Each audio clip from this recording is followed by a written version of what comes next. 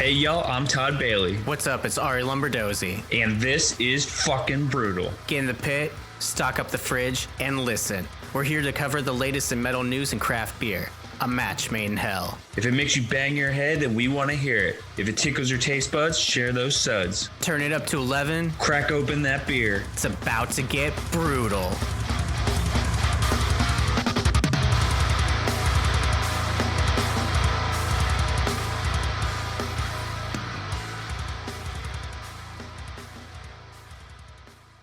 What's up, Hopwolves? It's your boys, Todd and Arie, coming at you with episode 98 of Brutal.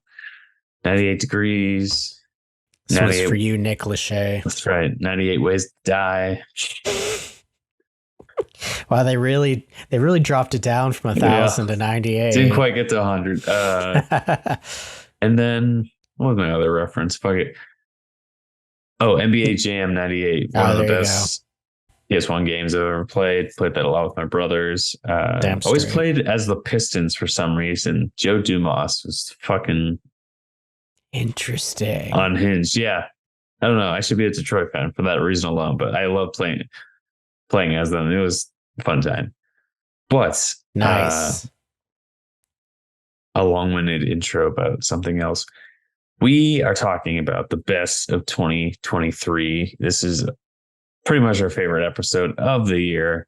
This is when we come down to the cream of the crop of the meat and potatoes, your finest.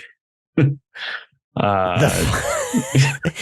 like the Wagyu beef. Yes. And like the russet, like the truffle oil russet McDonald's potatoes. uses for their fries, whatever that is. Yeah.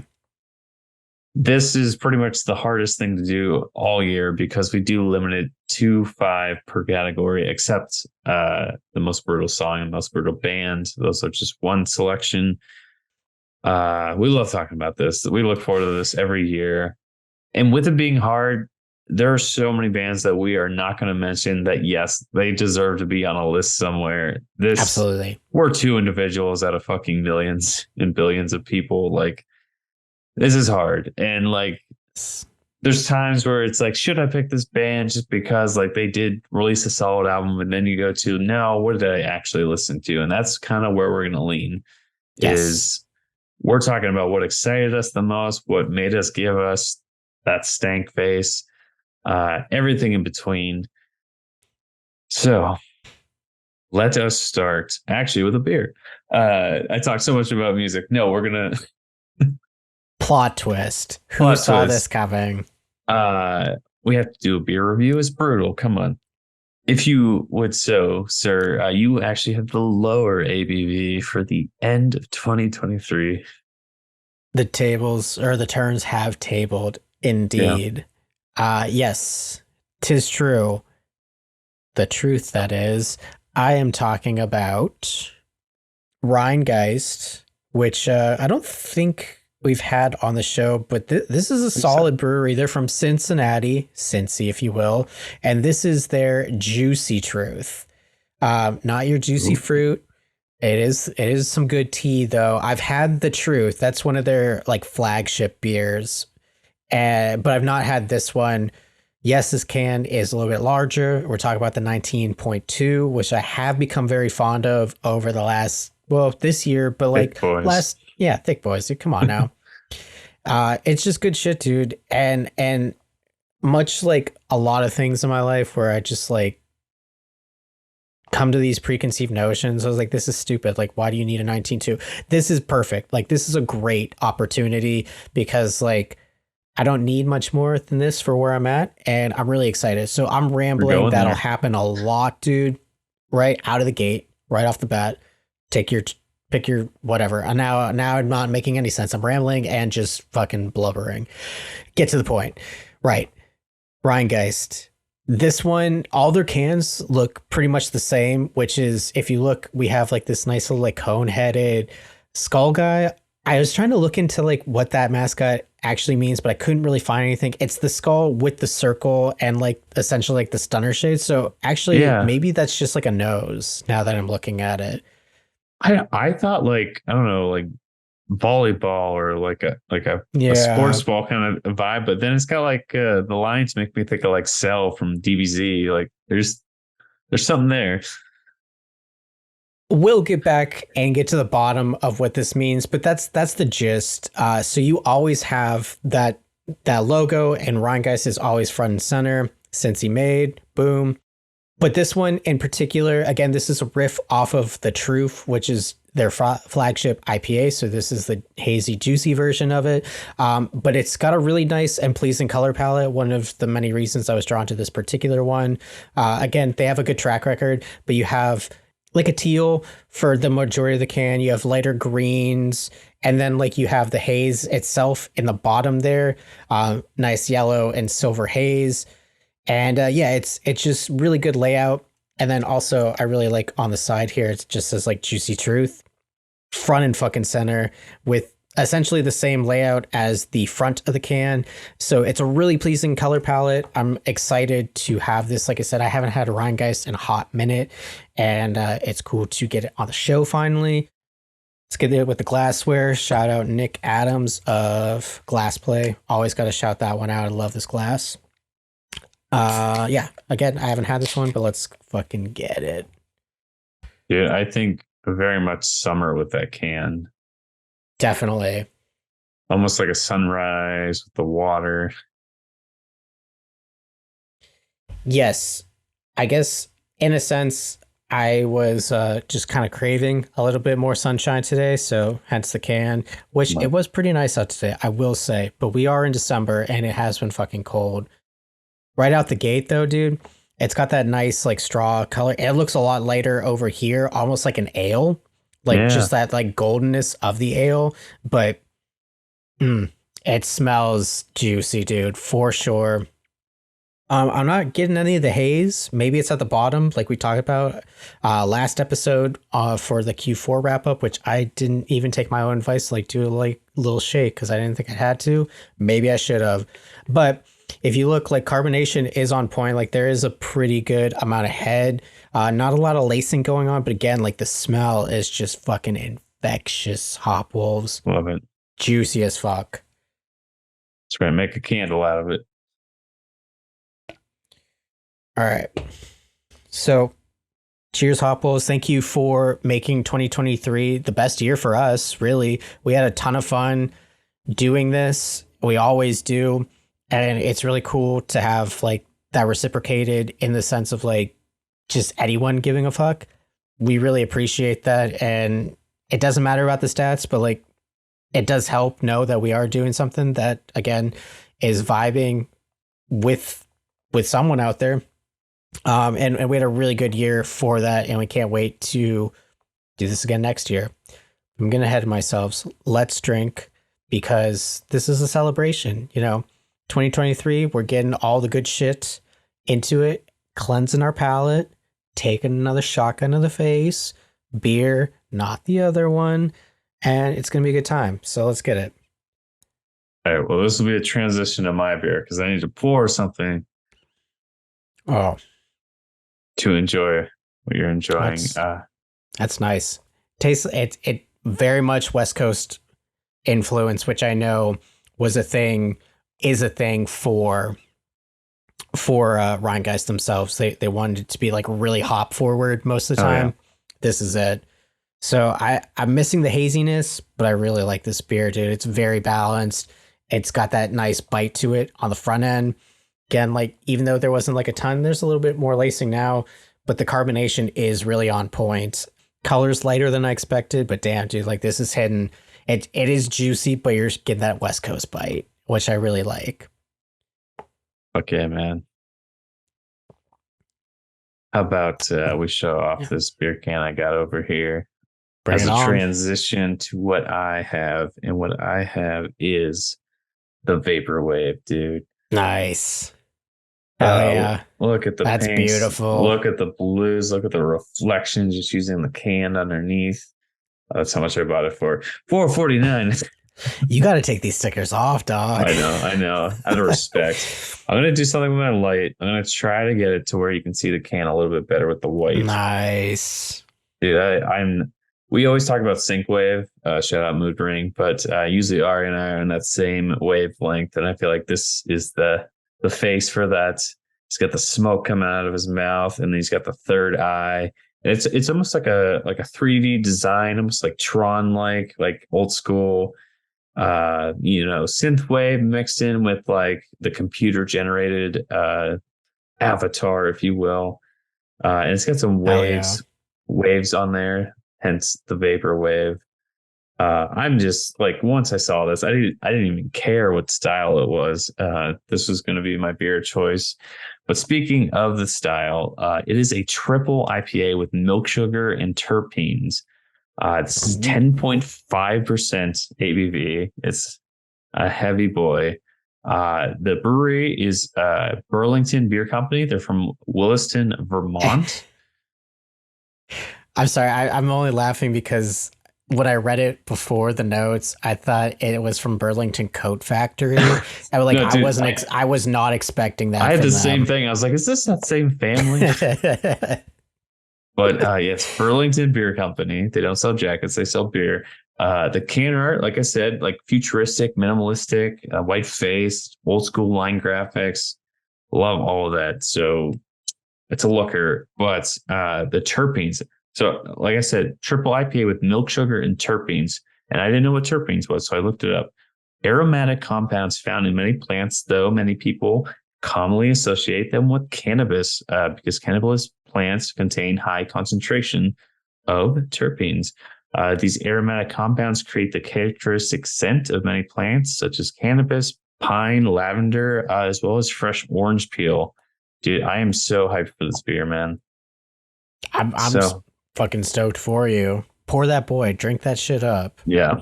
It has gotten a little warm because it was sitting out here for the other episode we had recorded, but still got a little coolness to it. All right, here we go. Good pour.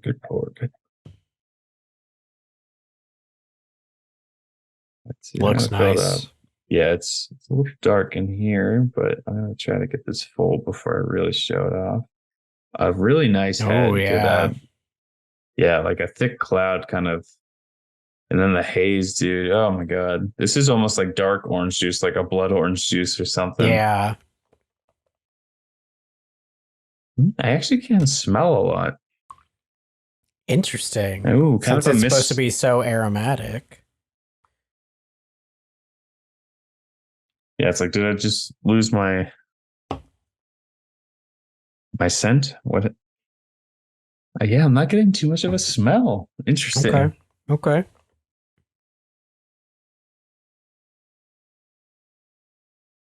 Oh boy, that makes up for that. Wow. Is your third eye open now? Yeah, man.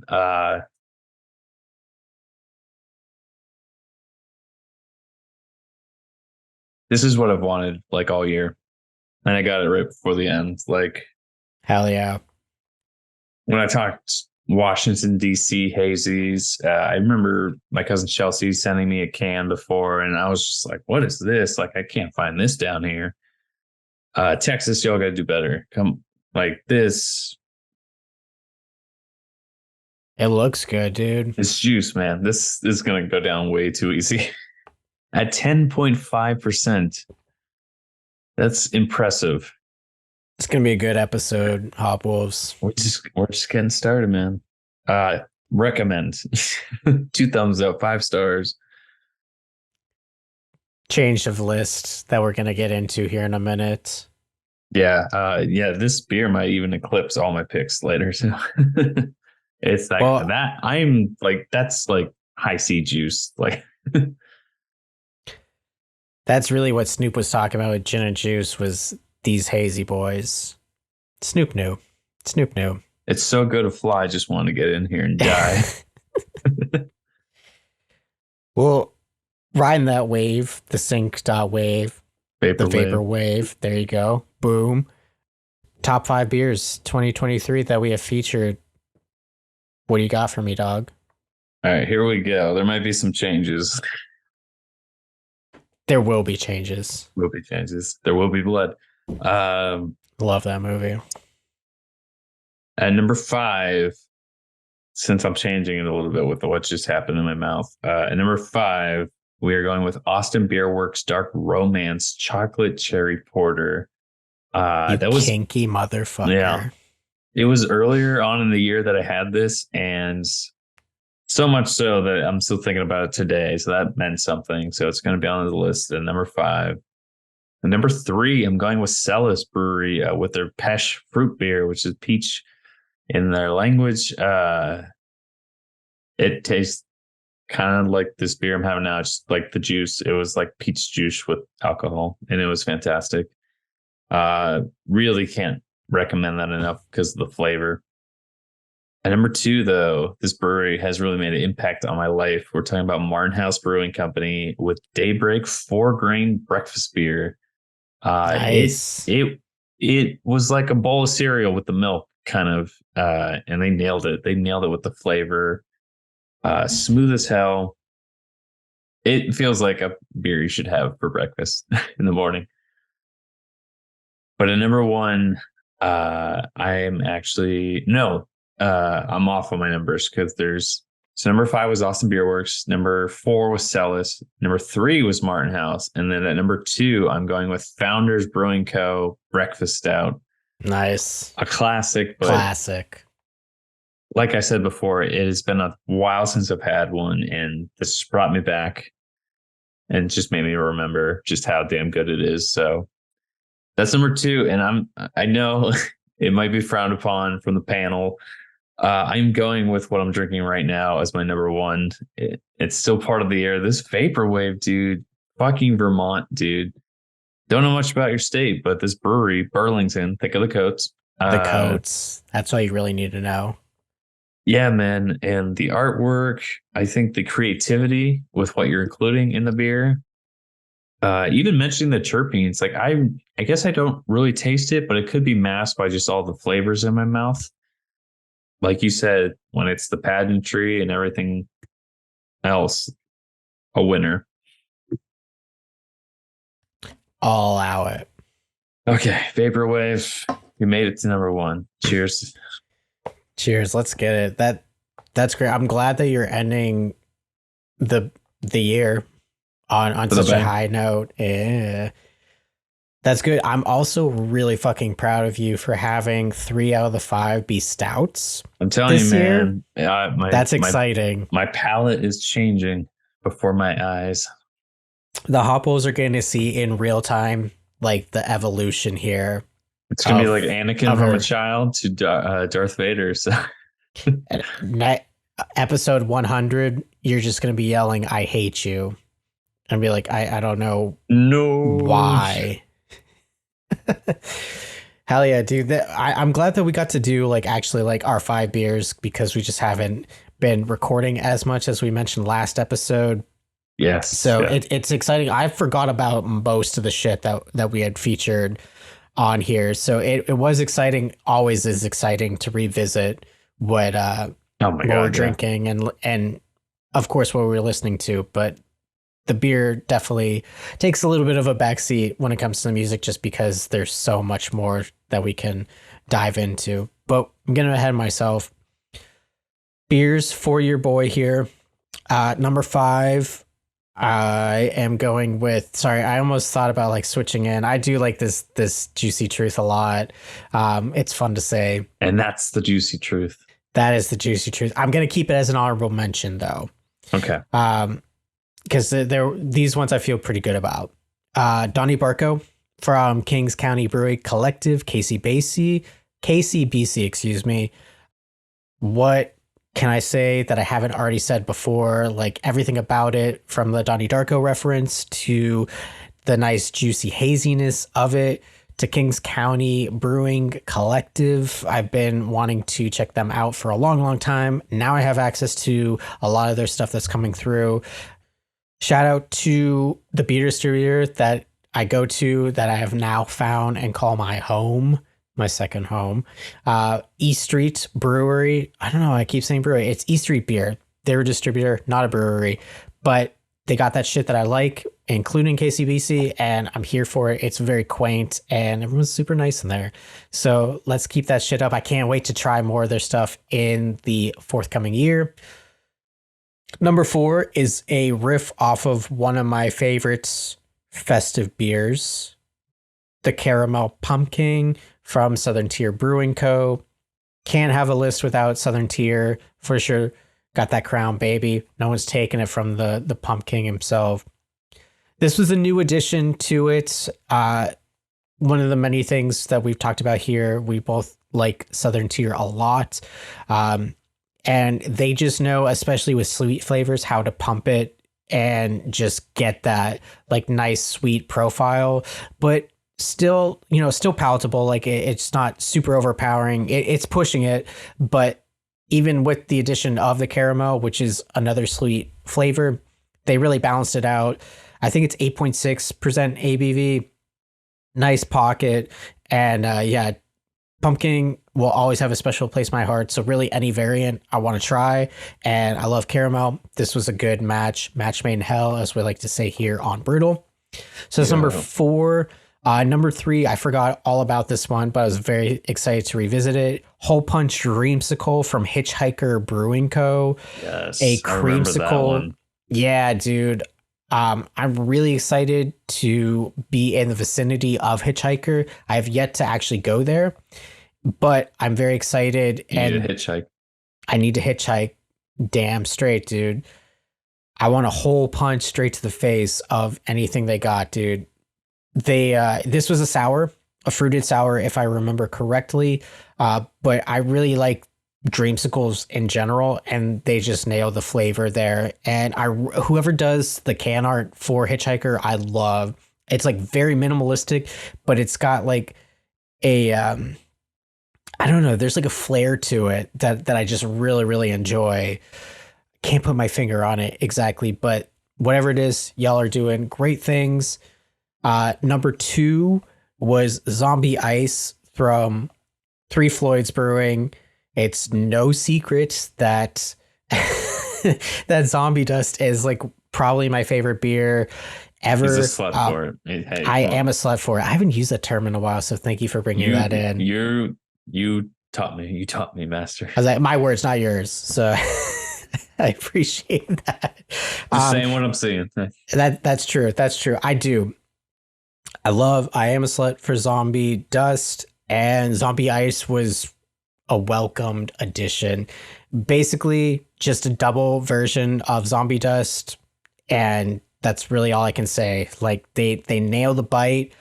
The mouth feels great. Like it's a good balanced beer, and you're getting just double the fucking fun, dude. Double the pleasure, double the fun. Goddamn right. It was actually really hard because I thought for sure that would have been my number 1 until I forgot that I had this next one on, which is obviously number 1. I'm talking about Heady Topper from The Alchemist. That beer is fucking perfect. So it really is just so flavorful, dude. That bite is like, it's so hop forward. It's a double IPA. It's from Vermont, so they know what they're fucking doing up there. What something in the water, pissing literally excellence into these cans. Pissing excellence, dude. That's shake and bake. You smell that delicious crispy scent in your tailpipe. That's it, dude. I have been wanting Heady Topper. Like I believe I mentioned this before. I think I had like one other time, but like it is like one of those. It's easier to get now, but it's like a like quote unquote like it was a holy grail type of like beer for the community. And it was everything that I wanted and more. I think about that beer quite often. So that's up there with Zombie Dust. So again, it paid me to put Zombie Ice number 2. It was very close, but Heady Topper just like nailed the flavor. Like it was everything I wanted from the East Coast, but still had like that West Coast flair. Like it's a nice merging of the two. So yeah, that's number 1. And those are the beers that we featured on Brutal 2023. A lot of good stuff, dude. Sometimes I'm like, I don't know, like nothing really stood out. But then I go back like, oh no, picked our tops well for those. Yeah. Like as we do these, you can kind of like tell the other, like what are they vibing, like the way they talk about it. And I think we nailed that list. Per usual, dude. I mean, that's no one's surprised about that. And if you are, whatever, that's cool.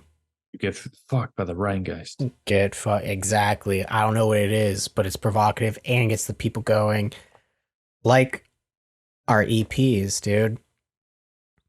Give it to me straight. What's right. What did it for you this year? It's weird. It's always weird, like doing these wrap up episodes. Like it's really exciting. You just never know what we're gonna say.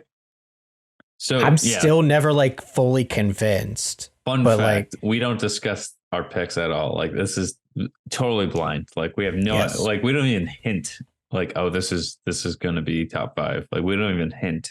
It's basically like corn, dude. Like we're blind. Like I believe I'm going blind. Exactly. You get it. That was my best Jonathan Davis I could do. I was convinced. Top 5. You're gonna think this is low, but just wait. Okay. Nervous. Number 5, the breathing process with Tuscarone.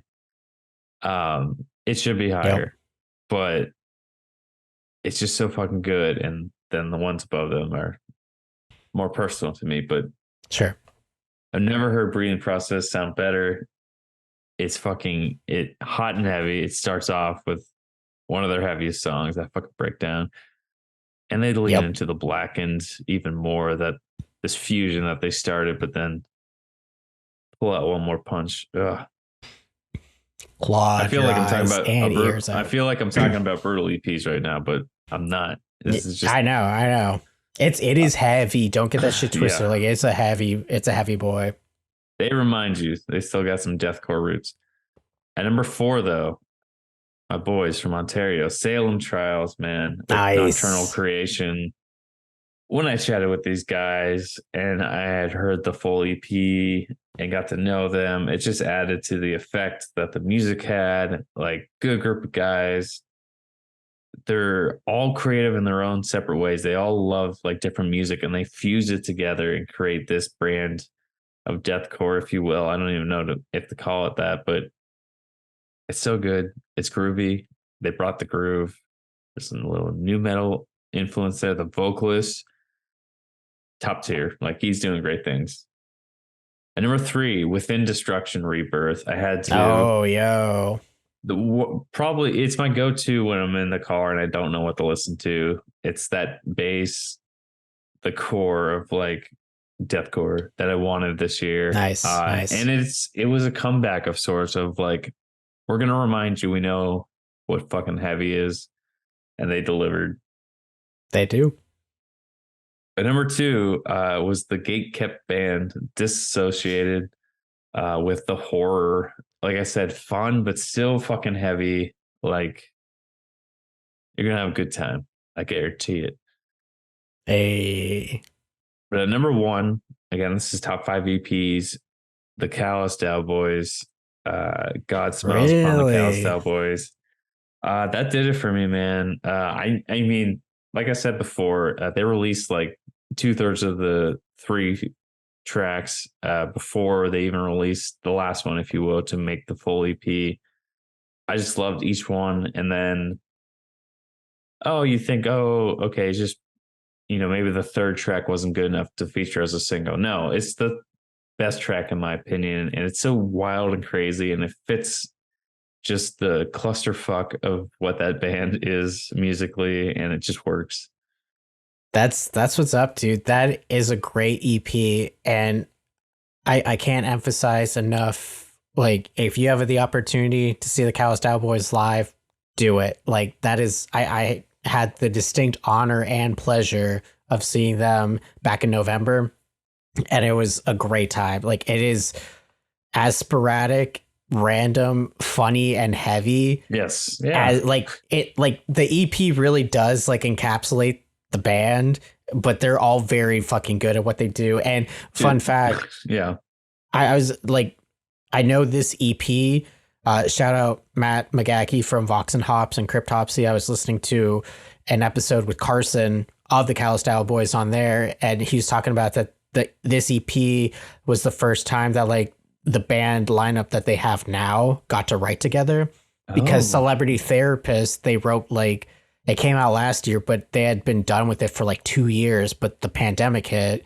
So like this is like the direction that they're going in. It's like more defined, if you can say that, because like it's so sporadic and there's so many different influences going on, but it sounds so cohesive. So great pick with Callous Cowboys for number 1. And that whole list is super solid. Shout out Within Destruction. Yes. The Dissolution. Back, boys. Yeah, welcome back. Like we're very, anytime you can show us what the fuck is up with the heavy, welcome. And Lotus was a great album. It just like, this is a good reminder that they still fuck with the heavy. Yeah. All right, sir. So that is my top 5. What about yours? Okay. So number 5, speaking of the Callous Cowboys, I saw this band open for them. It's a Pittsburgh local band that I am enamored with. I'm talking about Kicked in the Head by a Horse with sporadic dystrophy. Nay. Yay. Dude, they were so fucking sick live. They were one of my favorite bands from that set. And this is such a cool EP, dude. And I love that we're going back to like the random clips from movies and TV. Like, especially this, all for it, dude. One of their like best songs. I'm blanking on the name, but it's like, it's got a Family Guy clip where they say like, PETA, the horse is here. And then it goes like right into a breakdown. And it's really cool because like, if you look at their bio, they talk about like, they're like Dillinger Escape. I'm like, what the fuck are you talking about? It's like chaotic hardcore essentially. But it also gives me a lot of like early mid 2000s, like screamo vibes type of deal, with the progressiveness of something like Dillinger, like a mathcore almost. But like, yeah, they're really like, they're blurring the lines between those two genres essentially in my mind, and I absolutely love it. So that's number 5. Number 4, it is low, like Todd had mentioned for his list, but The Breathing Process with Total Scrotum. Can't emphasize enough how much we love that band and what they're doing. This is them at their peak, and I actually don't even know if it's the peak. Like, if this is just like a little bit of a prelude to what they're gonna be doing. I mean, this is a great fucking album. Dude, we've been fans for so long, man. Day oneers over here. Yeah, dude. Shout out Jordan Milner, like really the godfather of Black and Deathcore. And to be this far in your career for a subgenre like deathcore and still make an impact and still sound heavy and still push the limits, very fucking impressive. Because a lot of times you'll get bands that just kind of like, for lack of a better term, like it gets a little bit stale, but like that's their bread and butter, and that's fine. But they're like, this is what we want to do, and it is working in every facet. So shout out to them. So that's number 4. Number 3, I'm kind of cheating with this one because I'm kind of merging two together. Oh, I do that too. It's okay. I'm good. I'm glad to know you do it too. Not bands, but like releases, because it happened in the same year. But I'm going with Psycho Frame. Yes. So I'm putting Remote Godseeker and Automatic Death Protocol together. How did you choose? How do you choose, man? I legitimately couldn't do it. So I'm going to put both of them on. I think I like Automatic Death Protocol a little bit better, but I really don't know. They're both sick. Yeah. Unabashed, unadulterated fuckfest of deathcore, dude. They want to do everything just to the fucking face, and that's what they achieved. A lot of talented people in that band, super group, if you will. I fucks with it hard. This is number 3. Number 2, Surgeon with Petunia. This is kind of like an echo, basically, of like my Q4. And I do feel kind of weird about that, like with later releases, be like, am I just thinking about it because like it's what I've listened to the most recently? But I really like Todd said, like lose a lot of sleep over this, be like, nope, this is like these are them. But yeah, Surgeon with Petunia. I love Jake Wolf. That's really it. Whatever the fuck he's on. Heart, motherfucker. I thought that would have been my number one, but this one in particular has frequented in my mind since fucking January. Ooh. Another PA band, which again, you know, a little bit biased, but this band fucks, dude. I'm talking about Underneath with Nothing Here Is Held Sacred. I love everything that band is doing. I think the frontman his name is Joey, but at that same Gal Style Boys and Kicked in the Head with the Horse, it was pretty much all local bands opening and then the Dow Boys. But he came on to do a Disaster piece from Slipknot with Fall of Babylon, and like it was magical, dude. It was so cool. But so I haven't seen Underneath, but you know, got a little taste. But yeah, Nothing Here Is Held Sacred. I love the album artwork. It's dumb, stupid, heavy, almost like abstract but dark. Like I think that's the best way to describe the band, like in general. Like shit like 20,000 Leagues. Like it just hits, dude. And even if I didn't listen to it like as much as some of these other ones, like it was always like in my brain. Oh, it's that one of like, you're great, you're superb, I'm gonna lock you away because you're already in that place in my mind. It is, dude. It's so good, and I can't wait for them to drop their full length in January of 2024. So probably going to be making a year-end list because that band they're going to be on the surface, dude. No more Underneath. Like they've risen above. I love it, man. Love it, man. Let's keep it going though. Next up, we have the Most Brutal EPs. We haven't even talked about the Most Brutal yet. Yes. Most Brutal EPs 2023.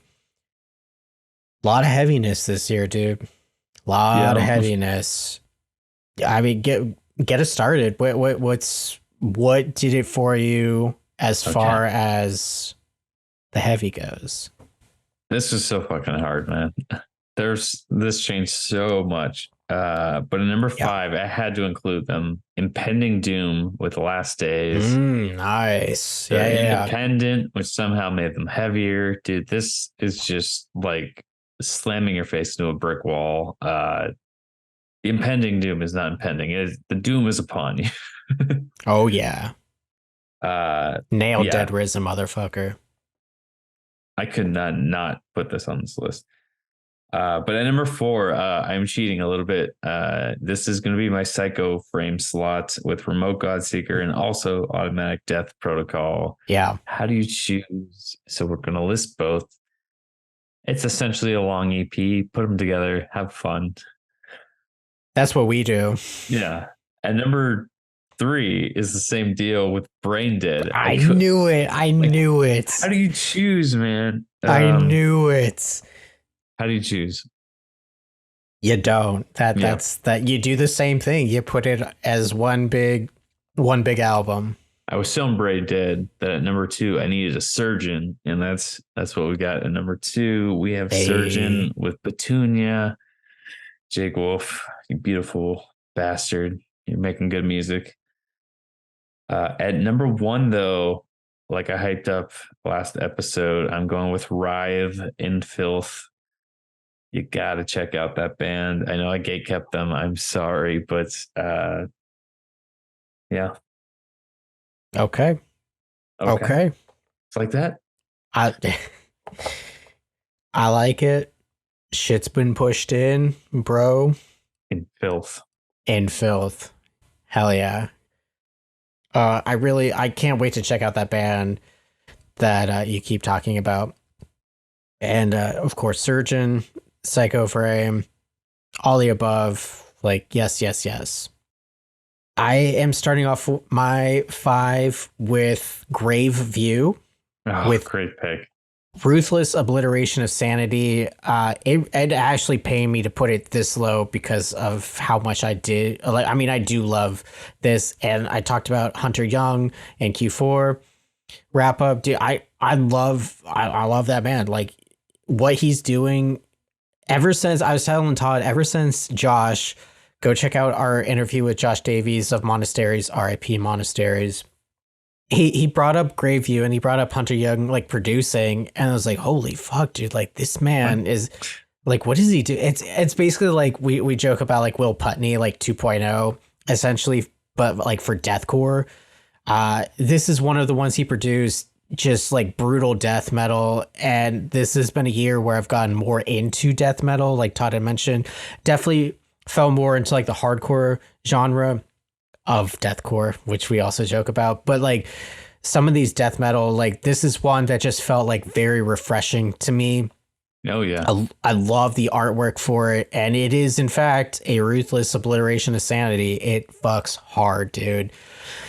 So that's number 5. Number 4, I had to put this in here somewhere. I went with Orphan and Manifesto 1.0 Stages of Grief. Like I mentioned before, I know there's like a lot of weird like happenstances with Orphan. Not to the effect that like we can discount that, but at the same time, I just, again, no surprise, I love that band's doing something. They really are. Like I love like the raw, like just like you could feel the pain and the anguish in the tracks, and I love that. Like, you know, I want them to be better, yes, but at the same time, I'm just like, God damn, this fucks like so fucking hard. So I can't wait if there's another Manifesto coming out. But this EP is great. I love the album that they put out last year. So Orphan, I'm here for it. Even if there's some weird like shadiness to it, like the music's fucking sick. The next 3 is essentially the top 3 for my EPs, but I just flipped the order a little bit. Interesting. Yeah, I just like, I could not include these because they're all dumb, stupid, heavy. So number 3 is Nothing Here Is Held Sacred from Underneath, which is fucking heavy. I just think that there was like some heavier ones. I just enjoyed Underneath more overall. So that's number 3. 2 is Surgeon with Petunia.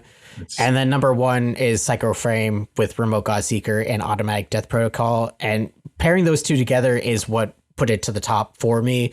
Because again, we've talked about this at length. They are just like pushing the boundaries of like what deathcore should be. And do they have some live shows coming up in 2024? That shit is going to go the fuck off. I really want to check them out live. Turning 34, I already feel my knees buckling.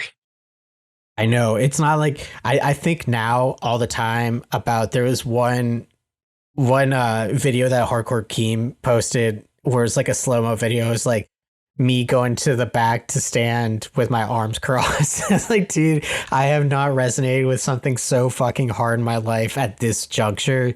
It's true. We're rounding out the crowd. We're the safeguards, the outlook. Don't get me wrong. We'll go in the pit still, depending, usually on PBR, but like just a little toe dip. It's just like, you know, I want to see everyone else, like what they got. Like, I don't need to prove anything anymore. To remember what it felt like. Yeah, I can't. Like, I have trouble going up the stairs. Like, dude, like, this is too fucking hard. Let alone like spin kicking for an hour. But that's gonna be a good fucking time. Absolutely. So if you can in 2024, Psychoframe for sure. That's Brutal EPs, dude. Anything before we head into our albums? Nah, we going straight in, man. I cannot wait to talk about what I got and to hear what you have. I am starting with at number 5, this top 5 albums. Disfiguring the Goddess, The Brutal Machine. Oh, okay. Again, I mentioned it before. Anyone that pushed the boundaries, anyone that poked into unfamiliar territory, man. This is like almost like a disco record with brutal vocals over top of it, ambiance, just musical landscapes. There's like usually a repeated message that's the track title in the background, if you will, but like it just works, man. It's weird. The album cover is the logo with like a prairie field in the background with mountains or something. It's probably where he recorded everything. Yeah. It's just I'm blanking on his name, but whoever is behind that, Big Chocolate is his nickname, I believe. Cameron. Yes. He's a name to keep an eye out for, just like Hunter Young. And he keeps providing. He even released a new EP called Soothe 2, and it's yeah. he's just a creator, and I love him. Sir, you're doing great things. I think you're pushing the boundaries, and you created an album no one can copy this year. Doesn't sound like anything else I've heard. And number 4, this is where we get a little weird, and bands like what? I am going with Horrendous with Ontological Mysterium, the death metal. Didn't see that coming. The death metal, dude, the weirdness. I wouldn't say stoner metal. It's just it's almost like Pink Floyd of death metal in a way. Like, dude, the instruments, the fucking bass I hear, the solos, dude. The riff was king for me this year, and they just brought it, dude.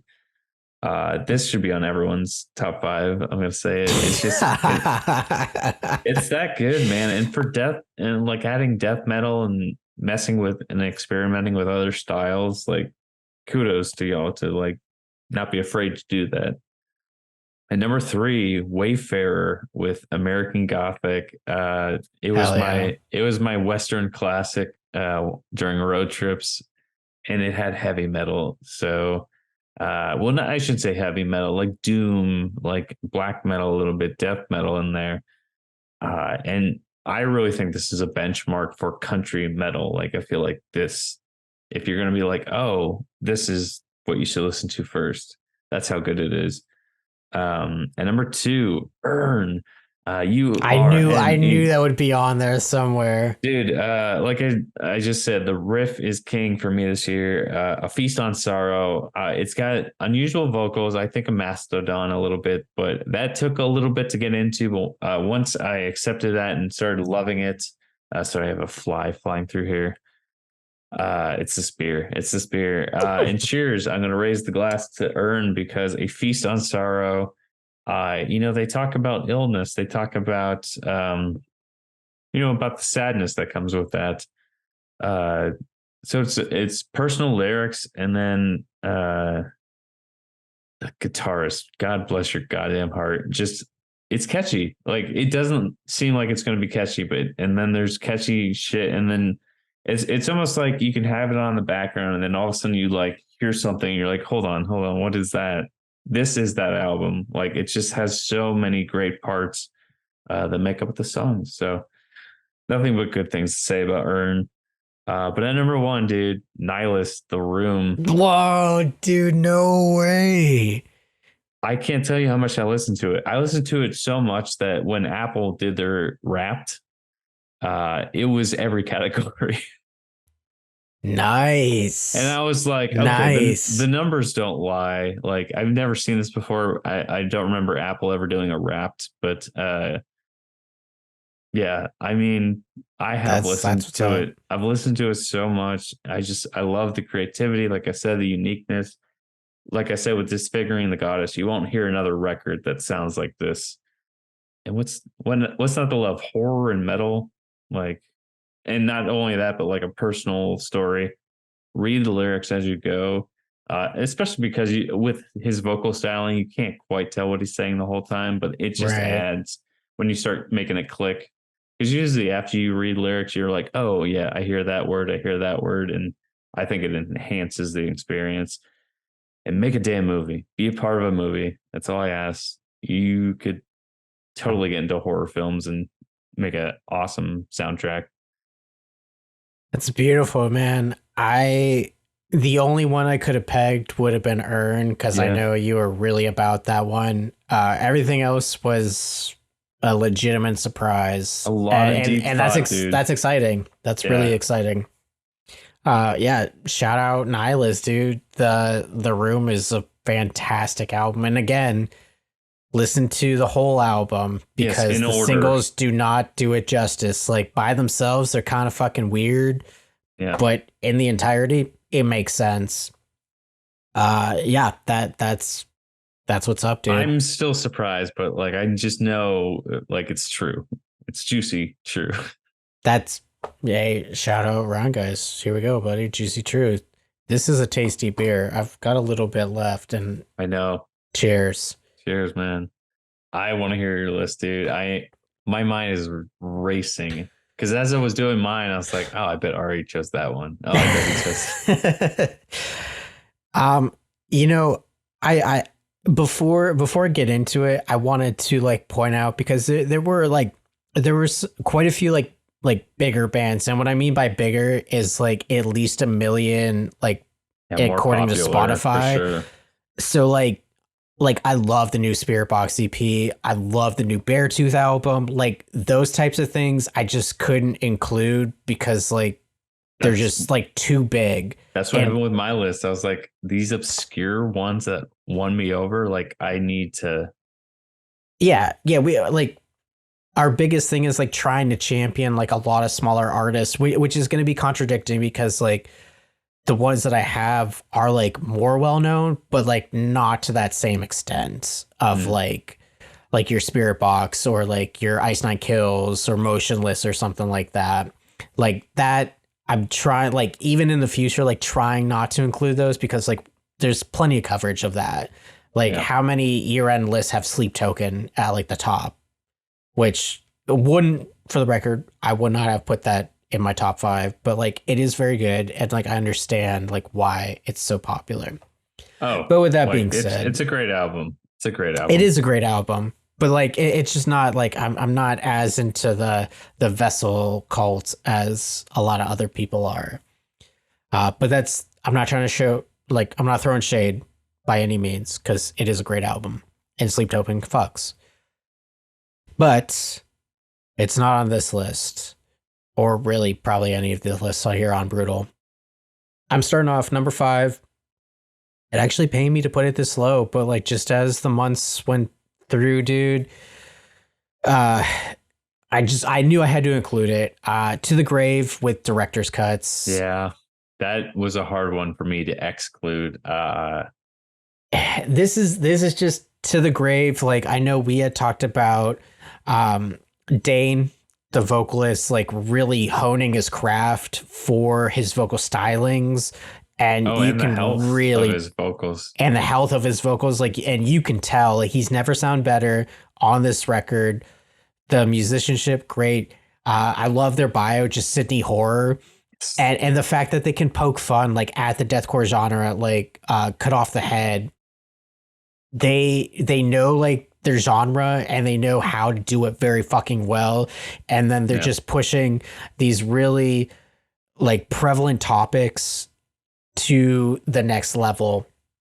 Reversing the Bear Trap is one of my favorite tracks of the year. It's so fucking good. Song title too. It's fucking phenomenal. I listen to that track like all the time, even if I don't listen to like director's cuts or off cuts at all, because that was sick too. Reversing the Bear Trap, I always fucking come back to because it's just too sick. So I had to have that one.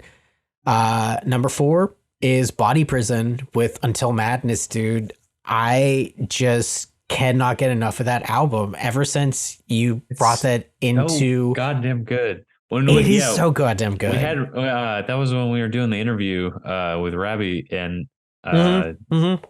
I'm not tuning my own horn, but I was like, no, like I'm serious. Don't skip this album. Like this is actually like I never heard of this band before. It's their debut. Like who the fuck are they? No, it's that good.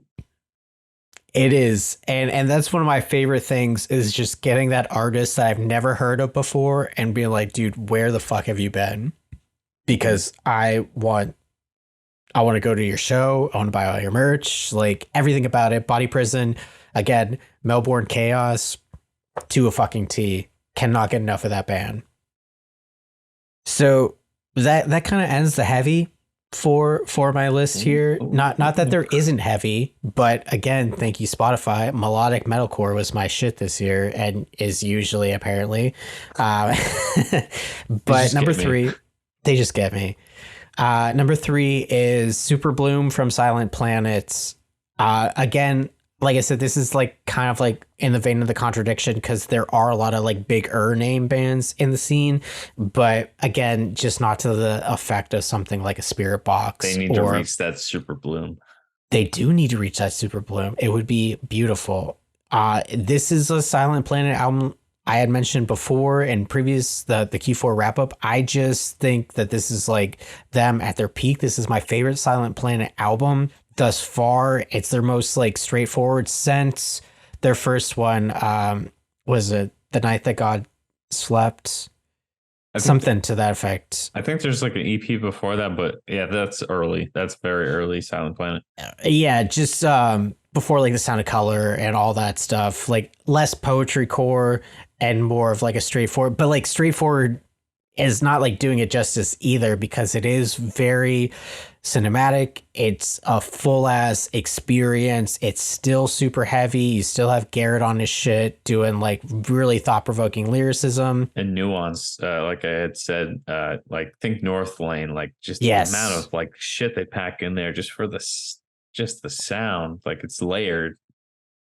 That honestly, like that's the thing that just keeps drawing me like, and things that I want to continuously listen to over and over again is, like you said, that layering and just these small nuances that like with every subsequent listening, I'm like, oh, I didn't catch that before. Yes. And it's really cool. Broken record, always. The pageantry, like everything. Like I loved hearing the backstory about this album. I love the album artwork. I love that there's like a supernatural, extraterrestrial vibe to it. In addition to things that they had personally experienced. It's just great. And again, like a lot of these just pay me to like put them lower. I know, it's so hard, man. But going off the experience, going off the journey, I have to put in number 2 when No Bird sang Full of Hell and Nothing. I was blown away by that collaboration. It didn't seem like it should make sense, but it totally fucking does. On paper, you're like, what? And that's like to Todd's point, maybe not as extreme that you went into, but like bands that like are pushing the boundaries of their genre. So like I mentioned in Q4 wrap up, Full of Hell, great fucking grindcore band, like just sonic terror basically. And then Nothing is like this like very ambient soundscape, heavy, polar opposites, like, almost polar opposites that just work. And I love listening to this when I'm writing. I love listening to this when I'm high. I love listening to this when I'm drunk. I love listening to this when I'm walking my dog. Like really anytime, it just kind of like puts me into like a really nice headspace that I like, even though there are those aspects of, again, like Full of Hell, like just those grindcore tendencies. You have Dylan doing his shit.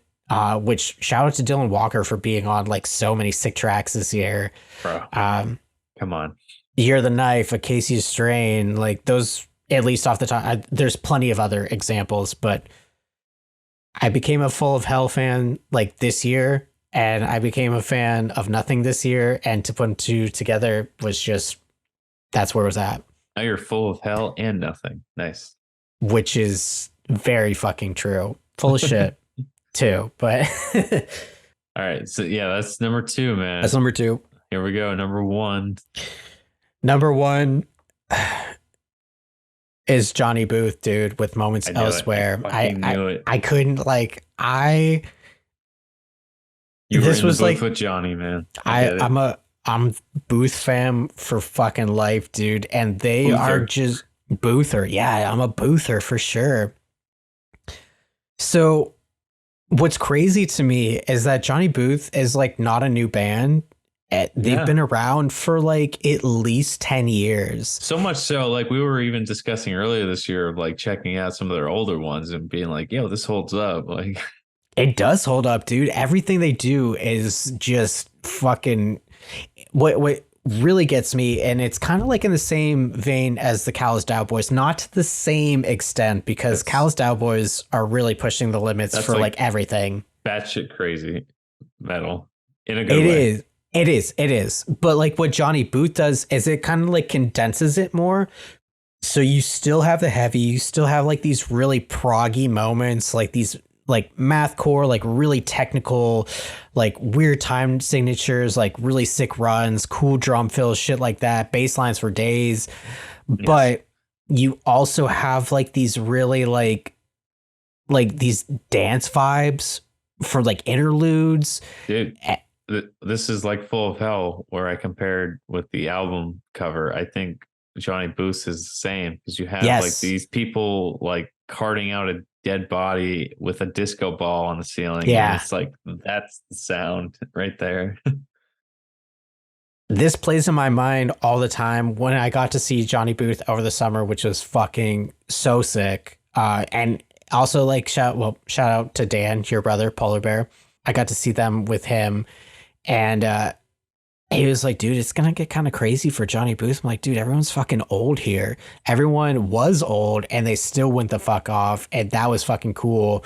That So I says think that something. also it does like I think that kind of like also makes it more fun for me, just being like in that demographic. Like at one point, the singer, I think his name is Andrew, like they had one of those like interlude, like melodic moments where it's like very dancey. And he's like, I'm 30 fucking 5 and I'm dancing. So like you can too. I'm like, yes, that's so fucking sick, dude. That's it. Yes, you get it. It's not John Booth, it's Johnny Booth. It's Motherfucker. Johnny motherfucking Booth, dude. They're on tour with Silent Planet. So Oh my god. like I'm You were gonna absolutely gonna be transcend your body, dude, I astro can't fucking wait. projection. I can't that whole lineup. I think Aviana is on there too, and there's one other like really Thornhill is on that bill too. It's a really sick lineup. You know, even though they changed their sound, you know they're gonna play stuff from Dark Pole. They're gonna sprinkle it in, and you're gonna be like, This is sick. Yep. Take me away. "Take I've off your pants came and all jacket, over bro." myself. Like, Yeah. Blink gets it, you get it. But yeah, dude, that's top 5 albums. what a year! What a year! What a But year. we're not done yet because we have to talk about the Brutal. It's the name of the show. Yes. This is where death metal shines. Yes. I knew it. I knew it. We're starting with Frozen Soul, Glacial Domination. Just Hell yeah. y'all just know how to do death metal, man. That's dude, the riff, the fucking everything about them. It pained me to put them in number 5, but we're just going up from there, baby. Dude, also quick interjection and shout Please. out to Frozen Soul for having that that PBR like cooler. Yes, like that's how like much the epitome of brutal, dude. That's how much it they right know there. their fans, and Yes. I believe they're from Texas, if I'm not mistaken. So, yeah, for being in the deep South, y'all know how to fucking freeze the shit, do good death metal. That's hell yeah. number 4. Say it with me now. Sanguis Sugarbog with Homicidal Ecstasy. Yes. This was the turning point for me, man. And this actually came during an emotional moment, dude. This is like days before I lost my cat, Abby, and she turned you on to Sanguis Sugarbug. She's like, listen to this shit. Yes, dude. she would listen with me to this death metal band. And she had like a resting bitch face, and she was beautiful, and she stank face, dude. Didn't blink an eye. She was vibing with it. She like my nickname for her is Abby, Destroyer of the World. It's Abby approved. So that's beautiful, dude. Beautiful. At number 3, though, this is the death metal band that really did it for me this year. Flesher. Yes. Tales of Grotesque Demise. I'm a sucker for the Flesher, man. He is running wild. We hope he strikes again and peels back more layers of flesh for us to consume. It's just like I was already on the steady incline, and they shot me to the top. And I was like, okay, I like death metal. I'll say it. I'll say it. But then at number 2, we're taking it a little further with motherfucking Gorehammer. I knew it would be on there somewhere. Vapor Void, Vapor Wave. It's all in the vapor, dude. And I'm riding that wave, hitting that vapor. You know the story behind it, dude. I had hail damage to my car. I needed something to distract my head. Gorehammer was there for me. It's still knocking. It's Thor's hammer. It's got that power, but it's hungering for gore. And I'm rambling at this point. Dude, it's like it starts with a Space Jam quote. For gore. It starts with a fucking Space Jam quote, but they twist it to make it sound like crazy. And yeah.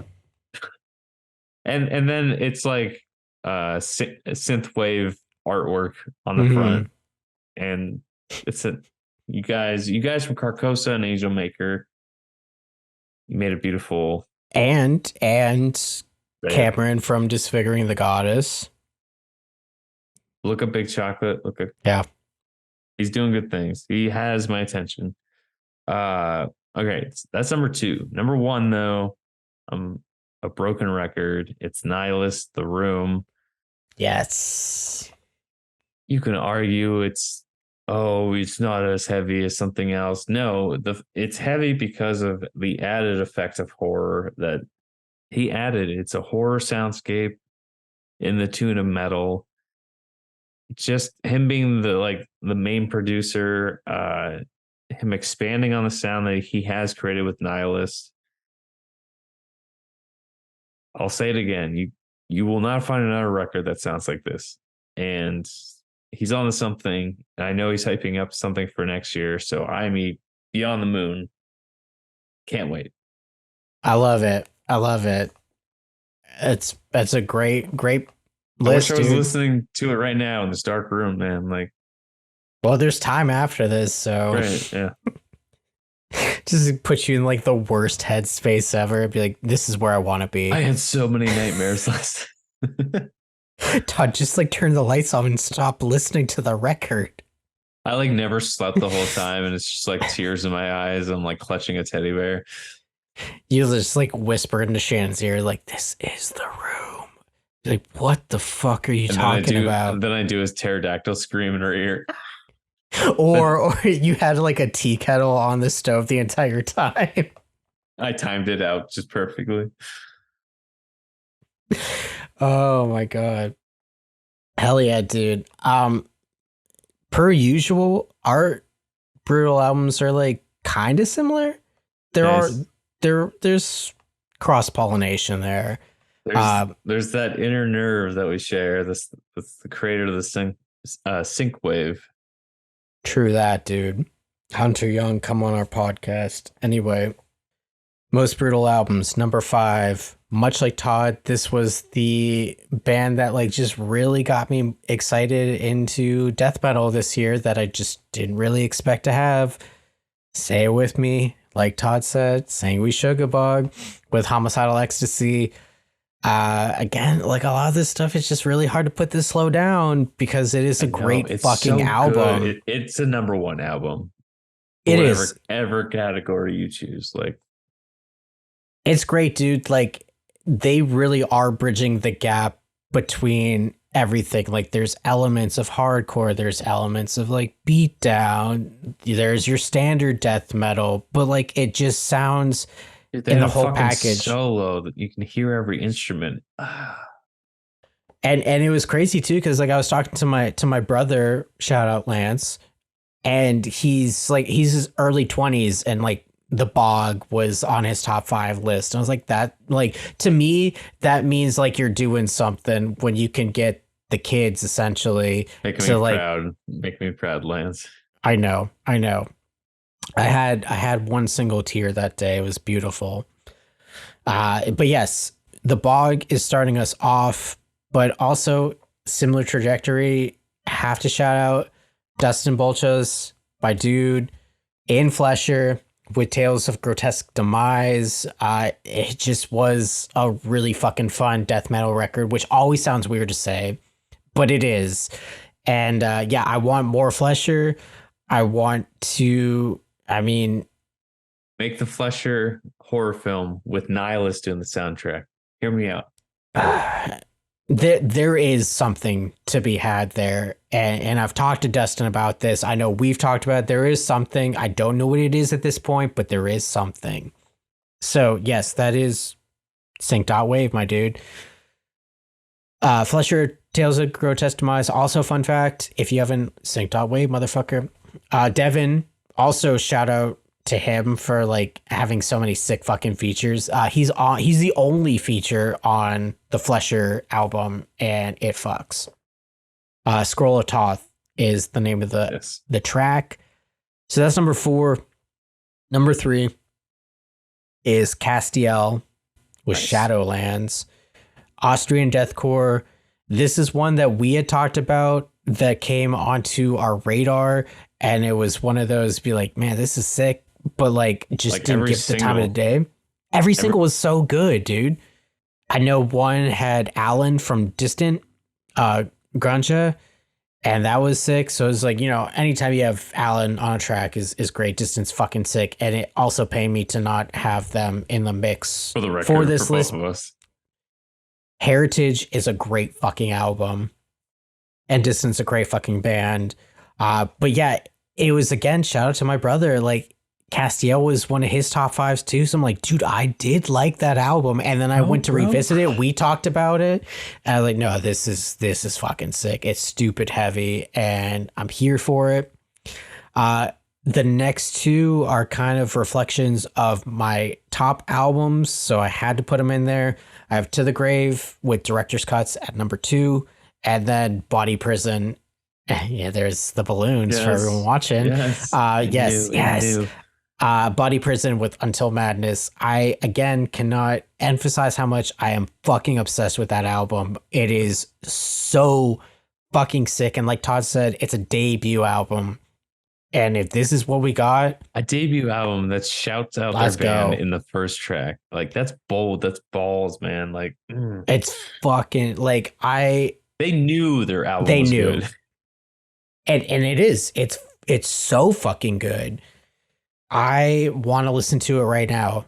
And like I was listening to it earlier, it's so good. Like it is heavy, but it's like accessible, because like sometimes you just like need to be in that mindset. Like for me and Nihilist, like I have to be like in a good mindset to listen to that, because then I'll just get like kind of fucking freaked out if I'm doing shit like by myself. Like I don't need this right now. It was for me on the road for some reason. That's good. I mean, instead of the room, you're in the road. And it's basically like a Cormac McCarthy fucking novel, except like scarier.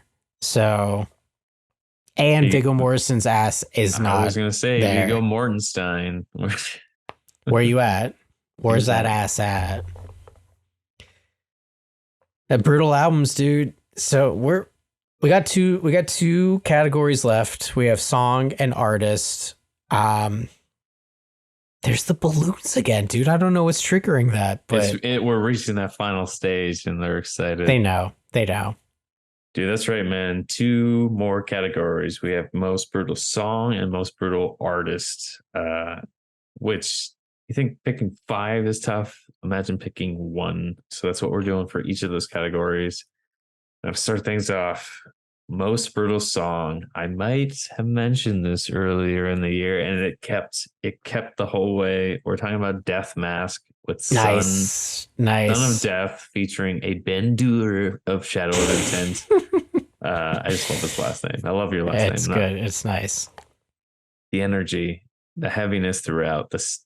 It had moments like, and those moments just flew. Like, Viva La Mexico. Fuck it. Like, y'all doing something right with that sound. I want a full length next year.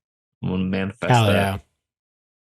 Yeah, that's a great pick there, dude. Honestly, these last 2 categories are my least favorite because they're the hardest to pin down. Yeah, choosing one sucks for sure. So with that being said, like there are so many other great moments for sure. Death Mask is a great one. We're very honored to have featured them. Yeah, Brutal Alumni. Brutal Alumni, fuck yeah. they've been nothing but like super fucking sick. And yeah, they're going places for sure. Can I say my runner-up? Yes. It is actually Omerta with Ooh. Anti-Amorous featuring John Nakus or something like that. It's a big combined all in caps word, but yeah.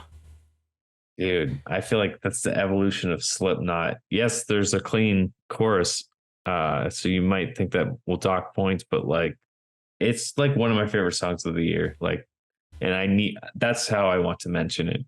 It's like that would have been my runner-up. Yeah, Omerta's on some like next level shit, and they have to have something coming out for the upcoming year. So, like, what a tease, man! Like, that's your last outputting of 2023. Like, holy fuck, dude! That was the only song they put out this year too. Yeah, which is crazy. And again, like shout out to my brother. Like I know we talk about Omerta, but it's always kind of cool to hear from essentially the younger generation to be like, what's fucking doing it? And he's like, I think it was from last year or the year before.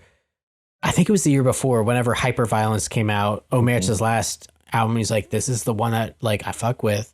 I'm like, dude, like I fuck with that one too, but like I'm really like I'm glad to hear like that's like we're in a similar. It's transcending generations. It is transcending. It is transcending, and that's really fucking exciting. And Omerta is gonna be that like that next band to really like have that stepping stone to like a mainstream audience, but like still keeping it fucking heavy.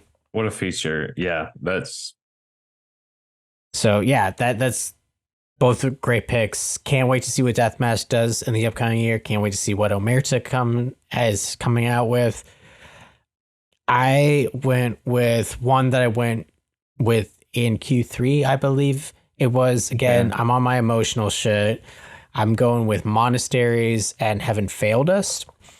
So controversial, and explain why, but it's for a good reason.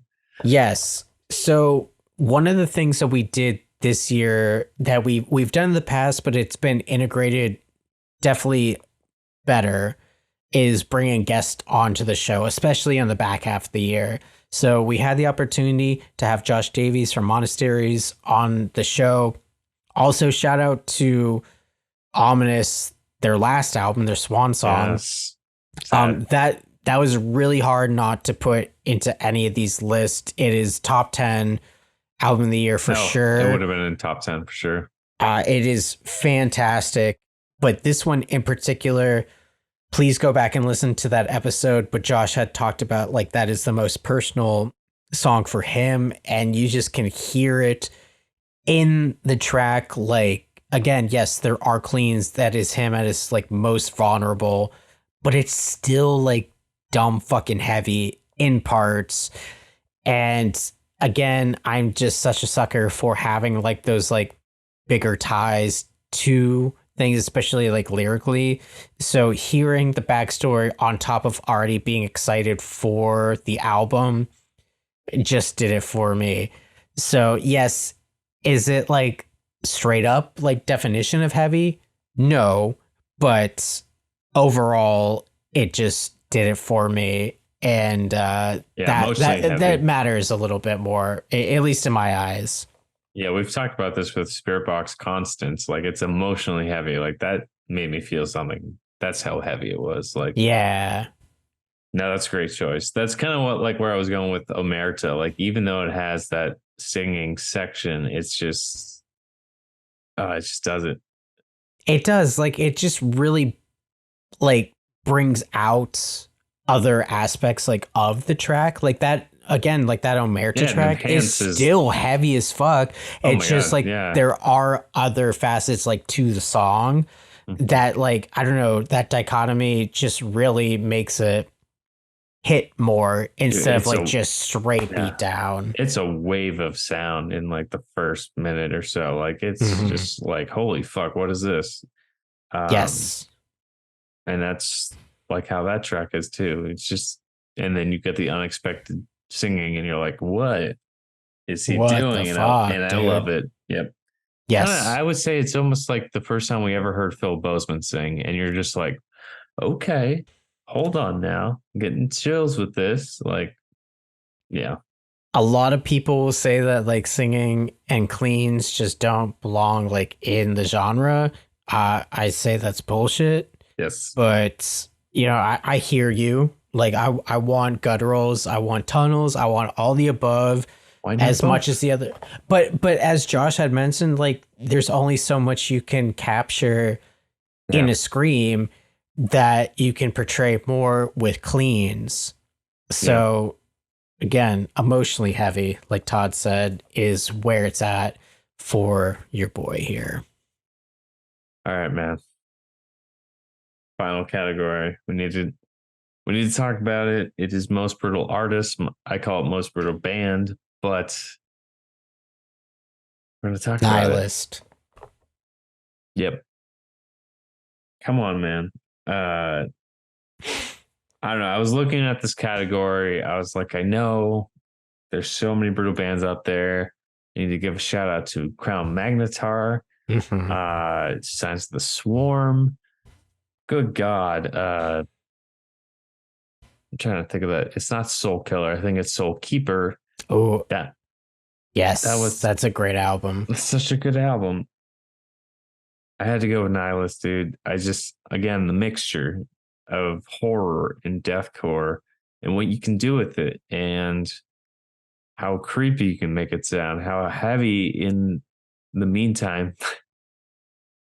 And he was doing turntable scratches and odd effects and like 808s forward and backwards. Like, who fucking does that? Fred Nihilist. And if we're talking artists, the most brutal artist right now in 2024, dude. See what happens. I'm excited. Dude, that's really, I think it's so funny because I think that Nihilist was my heaviest artist last year. That's right. I think so too. Yeah. But so I guess I only bring that up to the effect that like he's on to something like bigger than himself. Just like Big Chocolate too. I want to mention those names: Fred Nihilist, Big Chocolate, Hunter Young. Mm-hmm. Those are names that you want to pay attention to. There are definitely a lot of artists that are pushing those boundaries, and it's really fucking hard, especially in the deathcore genre, because there's only so much you can do before either like you get chewed out for having cleans or you're just like too fucking weird. Yeah, you'll get alienated quick, but like I think people are starting to accept now that we have evidence that aliens exist. Kidding. Correct. I think people are accepting now. I feel like new metal, like so many people are like, oh yeah, I used to listen to Limp Bizkit all the time. Like it's accepted now as that music was good. Yes. There's so much shitting on it, but no, we're accepting that experimentation with heavy genres is a thing. And like, look at Darko's success. I think that shows like as much as people want like what they're comfortable with, when you hear that band or that artist that is just like a little bit off kilter, you're like, this is actually what I want. Cause like, hold on, stop everything I'm doing. I want to listen to that shit. Like, yeah, even if it's like just too fucking weird, like whenever I listen to Nihilist, like I put him in the same category as like a meth witch or like something to that, where it's just like, I don't really know how to describe it except like horror, like noise essentially. And it's great because like, if I want to feel like legitimately scared, I'll listen to that shit and like sit in the room, like in the dark, like you're doing right now, be like, listen to the room. And like, that's fucking sick. So anyway, that makes sense. The Room is a fan-fucking-tastic album. Hopwolves, please check that shit out. Again, it's not contemporary. It's something out of the ordinary. But I encourage you to check it out if you haven't. There you go. Check that one out. And then if you so choose, you can check My artist for this year, 2023, is Psycho Frame. Which no, I think I think it needs to be said. I think that's a band that, even though they are still like pretty underground, relatively speaking, And new, yeah, they're underground and new, but like, again, we talk about Hunter Young, but there's like members of Vatican or ex-members of Vatican. I'm blanking. I know, like, there's other like super talented people. Like, so yes, is it a super group? Quote unquote, yes. Big slut for that, because like that's just like a lot of people coming together to make really cool shit, and they have done that. So it's up there because they put out 2 super sick EPs, Remote Godseeker and Automatic Death Protocol, within the same year. So much so we couldn't even choose. That's unheard of. I do. You know what, Hopwolves, like, if you listen to this episode, like, let us know which one you prefer, because like we can't do it. They're both great. Like I said, I feel like I lean more towards Automatic Death Protocol, but I'm also like in the like the rose colored glasses of like that just came out, so I've been listening to that one more. True, but also the band is probably like, no, we're gonna up the last one. I don't know if this was intentional, but in my mind, it was the plot to nuke the Midwest, like being a riff on the A Day to Remember song, Yes, a plot to bomb the Panhandle. I hope that was the case, because that would be awesome. But if not, whatever. That song's fucking sick. And dude, just pinch harmonics for days, no whisper vocals. I love that they put that up. It is just heavy. They're also a great follow on Twitter /X. They lean so much into, yeah, we're the shit, and they'll just tweet out Psycho Frame, and then people under the comments will be like, they get it. They understood the assignment, and they always will. Like, and again, I feel like sometimes I'm drawn more towards, because like they're around like our age groups, so like having I know yes. Like having be like they know like where they were with like it's that. like our history with the genres. It's like, the MySpace era, what came before that, you even know like Killswitch Engage, Alive or Just Breathing, like right what led to this, and you're like, this is deathcore. I want that. Yeah. And I think like to the polar opposite of bands like Manicore or like Trichiotomy or like the Spoke Zarathustra, like all bands like I wanted to include, because like having that like revival of the MySpace deathcore is really exciting. But then again, like having Psycho Frame just be like a little bit older and having that connection to be like, we lived through this, and now we're just doing what we know and just pushing it to the extreme, as opposed to like, this is what we want to emulate. And I love both frames of the spectrum there. It's just really cool to have both of them, essentially. It's literally, so many people say like, create what you want to hear. And that's what they're doing. That's why it's resonating so much. It's like, no, this is the deathcore we want to hear. It is, dude. And to that same effect, like having bands like Brain Dead, or like having like this new metalcore resurgence. And oh my God, dude. I wanted to put, I had Brain Dead in there in a while. I'm having a surgence of new metal at the end of the year. So much so, like there's some albums I thought about putting in, but I was like, no. Like I got to keep my list as is. But yeah, we're going to get to an episode soon in January talking about what our expectations are. And then new metal is making a comeback. It's there. You just got to look for it. And yeah, I'm happy. And like it kind of goes into just that deathcore that we've missed is making a comeback. I mean, look at Job for a Cowboy. Look at Whitechapel and what they're teasing. Like, oh my God.